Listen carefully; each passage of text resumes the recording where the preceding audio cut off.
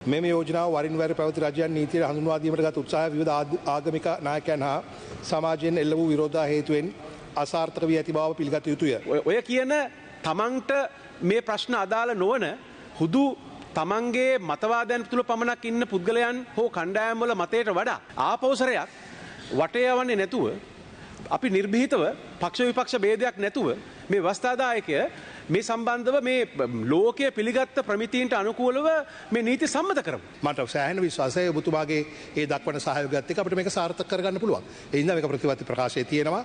ඔව් අපි කරනවා. 2013 වර්ෂයේදී ශ්‍රී ලංකා නීති කොමිසම සභාව විසින් ඉදිරිපත් කරන ලද medical termination of pregnancy සම්බන්ධ යෝජනාව මගින් වෛද්‍ය හේතුන් මත ගර්භණීභාවය අවසන් කිරීම සඳහා දන්නේ සංග්‍රහය දැනට පවතින විධිවිධාන පුළුල් කිරීම සඳහා නිර්දේශ ඉදිරිපත් කර ඇත. ඒ අනුව එවකට සිටි අධිකරණ අමාත්‍යවරයා විසින් ඊට අදාළව කැබිනට් පත්‍රිකාවක් කැබිනට් මණ්ඩලය වෙත ඉදිරිපත් කර ඇති අතර කැබිනට් මණ්ඩලය විසින් 2017 1/17 වන දින හිටපු ජනාධිපතිතුමා විසින් ලබා දී ඇති නිරීක්ෂණ වලට යටත්ව ඒ සඳහා අනුමැතිය ලබා දී ඇත. එකී නිරීක්ෂණ වල සඳහන් වන්නේ යෝජිත පළාත් කෙටුම්පත් පාර්ලිමේන්තුවට ගෙනෙන්නේ නම් ඊට පෙර අදාළ ආගමික නායකයන් සමග සාකච්ඡා කළ යුතු බවයි. ඒ අනුව ආගමික නායකයන් සමග පැවති සාකච්ඡාවන්දී බහුතරයේ ඊට විරුද්ධ වීම මත 2017 වර්ෂයේ එකී ප්‍රයත්නය අසාර්ථක වී ඇත.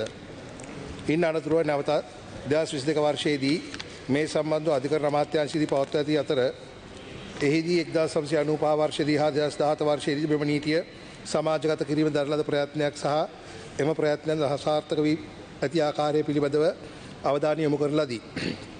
තවද මෙම සාකච්ඡාවේ නැවතත් වෛද්‍ය හේතුන් මත ගර්භණීභාවය අවසන් කිරීම සම්බන්ධ දැනට පවතින විධිවිධාන පුළුල් කිරීම සම්බන්ධව නීති හඳුන්වා දීම පිළිබඳව සාකච්ඡා පවත්වා ඇති අතර එලෙස පුළුල් කිරීමෙන් වන සමාජීය බලපෑම් සම්බන්ධව විශේෂ අවධානයක් යොමු කර ඇත. තවද එලෙස පුළුල් කළ හැකි අවස්ථාවන් විශ්ලේෂණය කිරීමේ අවශ්‍යතාවයද එම සාකච්ඡාවලදී අධ්‍යයනය යොමු කර ඇත. එමෙන්ම මෙම නීතිය පුළුල් කිරීමෙන් සිදුවන සමාජීය බලපෑම සාධාරණීකරණය කිරීම සඳහා අදාළ වන දත්ත හා නිර්දේශ සෞඛ්‍ය අමාත්‍යාංශ විසින් ඉදිරිපත් කිරීමට තීරණය වී ඇත. මෙම යෝජනාව වරින් වර පැවති රජයන් නීතිය හඳුන්වා දීමට ගත උත්සාහය විවිධ ආගමික නායකයන් හා සමාජයෙන් එල්ල වූ විරෝධතා හේතුවෙන් අසාර්ථක වී ඇති බව පිළිගත යුතුය. මෙම නීතියක් ගෙන පුළුල් ජනතා කතිකාවක් තුළ ඉදිරිපත් කිරීම කළ යුතු බවද නිරීක්ෂණය කරමි. මෙකී නිර්දේශ 2012 දී එවකට පැවති නීති කොමිසම සභා වාර්තාවක් මත පදනම් ඇති අතර වර්තමානයේ වෙනත් රටවල නීති හා අන්තර්ජාතික පිළිගත් ක්‍රමවේදයන්ගෙන් වෙනස් වීම තිබිය හැකිය. එබැවින් මේ සම්බන්ධ නැවත නීති කොමිසම සභාව වෙත ඉදිරිපත් කිරීමටත් ඒ අනුව ඉදිරි පියවර ගැනීමටත් අපේක්ෂා කෙරේ. රෝම ඉලක්කම් 2 පුරාවසර 30ක කාලයක් තුළ විවිධ අවස්ථාන්හිදී මෙම නීති සමාජගත කිරීමට දරන ප්‍රයත්නයන් ව්‍යර්ථ වී ඇති පසුබිමක නැවත මෙම සංවේදී නීති රාමුව අප ජීවත් වන සමාජයට හඳුන්වා දීමට ගන්න ලබන ප්‍රයත්නය සමාජීය ප්‍රතිරෝධය අවමන පරිදි පුළුල්ව විශ්ලේෂණය කොට හඳුන්වා දීමේ අවශ්‍යතාවය පෙන්වා දෙමි. වෛද්‍ය හේතු මත ඉතා බරපතල විකෘති භාවයන් වලට කලලයේ පත් වෙලා තියෙන අවස්ථාවක ඒ පිළිබඳව විශේෂඥ වෛද්‍යවරුන්ගෙන් සනාථ වුණු අවස්ථාවක මෙවැනි ඒ සම්බන්ධව ගත යුතු ක්‍රියාමාර්ග පිළිබඳව දීර්ඝ කාලයක් සාකච්ඡා වෙනවා. ඔබතුමා කිව්ව ඉතිහාසය හරි. ඒ වගේම මේ පහුගිය මැතිවරණයේ ප්‍රතිපත්ති ප්‍රකාශයේ මෙම කාරණය ඔබතුමාලා ඇතුළත් කරලා තිබුණා. ඒක ඊටාම නිවැරදි. ඒක කළ යුතු දෙයක්. එතකොට සාමාන්‍ය ප්‍රතිපත්ති ප්‍රකාශනයට ඇතුළත් කරන්න. ඒතර ජනතාව දැන් 3න් 2කින් අනුමත කරලා තියෙනවා. එතකොට විධායක ජනාධිපතිවරයෙකුත් මේ ප්‍රතිපත්ති මාලාව මත පත් කරලා තියෙනවා. ඒ වගේම සාමාන්‍ය සිහිබුද්ධිය තියෙන ඕනම කෙනෙකුට තේරෙනවා මේ සරල කාරණා නෙමෙයි බරපතල කලලයේ බරපතල ලෙස විකෘති වුණු බවට වෛද්‍යවරුන් විසින් සනාථ කළ පසු හරි ඒ සම්බන්ධව ගත යුතු පියවර කුමක්ද කියන එක. ලෝකේ හැම ශිෂ්ටාචාර තියෙන රටවල මේ සම්බන්ධව පියවර අරගෙන තියෙනවා.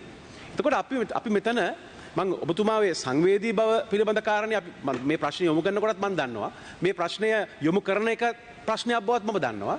ඔබතුමාටත් උත්තර දෙන එකත් ප්‍රශ්නයක් බව මම දන්නවා. හැබැයි මෙතරම් ශක්තිමත් ආණ්ඩුවක් ඔබතුමා කියන ආකාරයට මේ බොහොම මේ වගේ ආණ්ඩුවක් ඉතිහාසෙම තිබුණේ නැහැ. එතකොට දැන් මේ තරම් ශක්තිමත් ආණ්ඩුවක් තිබිලා ආපෞසරයක් වටේ යවන්නේ නැතුව අපි නිර්භීතව පක්ෂ විපක්ෂ ભેදයක් නැතුව මේ වස්තාදායකය මේ සම්බන්ධව මේ ලෝකයේ පිළිගත් ප්‍රමිතීන්ට අනුකූලව මේ නීති සම්මත කරමු. මේක මේවා ගැන තවදුරටත් මේ හතරවටේ විමසන්න යන එක නෙමෙයි කරන්න තියෙන්නේ. ඒ නිසා මේ ඔය කියන තමන්ට මේ ප්‍රශ්න අදාළ නොවන හුදු තමන්ගේ මතවාදයන් තුළ පමණක් ඉන්න පුද්ගලයන් හෝ කණ්ඩායම් වල මතයට වඩා මේ ශිෂ්ටාචාරය තුළ දැනට ක්‍රියාත්මක වන අපි ප්‍රායෝගික ජීවිතයේ භාවිතය තුළ මුහුණ දෙන මේ කාරණා පිළිබඳව මීට වඩා ඍජුව සහ නිර්භීතව පියවර ගත යුතු තියෙනවා. නැත්නම් අවසාන වෙන්නේ නැවත වරක් මේ අවුරුදු 5ත් අවසානයේදීත් මේ වැඩේ කරන්නේ නැහැ. මේ පිළිබඳව මම ඇමතිකම් දරපු ආණ්ඩුවත් උත්සාහ කරා අසමත් වුණා. ඊට කලින් තිබුණු ආණ්ඩුවත් උත්සාහ කරා අසමත් වුණා. හැබැයි මේක කළ යුතු දෙයක්. මේ රටේ මේ ශිෂ්ට සමාජයක් පිළිබඳ විශ්වාස කරන වෛද්‍ය විද්‍යාව විශ්වාස කරන මේ විද්‍යාව මත පදනම් වෙලා තීරණ ගන්න සමාජයක අනිවාර්යයෙන්ම තිබිය යුතු සංශෝධනයක් මේ සංශෝධනය. ඒ නිසා මම ඔබතුමාගේ ඉල්ලා හිටින්නේ මේ ශක්තිමත් ආණ්ඩුව ඇතුලේ අපි මේ පියවර කඩිනමින් ගන්නට ඔබතුමා කටයුතු කළ යුතු තියෙනවා. මගේ ප්‍රශ්නේ තමයි ඇයි ප්‍රතිපත්ති ප්‍රකාශනයේ දානකොටම දන්නවනේ මේක කරන්න කියලා.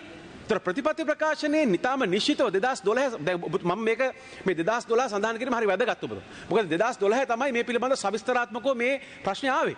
එතකොට ඒ විස්තරාත්මක වාර්තාවක් ඉදිරිපත් වුණා. ඒතර 2012 විස්තරාත්මක වාර්තාව ඔබතුමාලගේ ප්‍රතිපත්ති සම්පාදනයේ ජනාධිපතිවරණයේ අවධානය යොමු කරලා ජනතාව ඒක ඉහළින්ම අනුමත කරලා තීද්දි තවදුරටත් වට යන්නේ මොකෝ?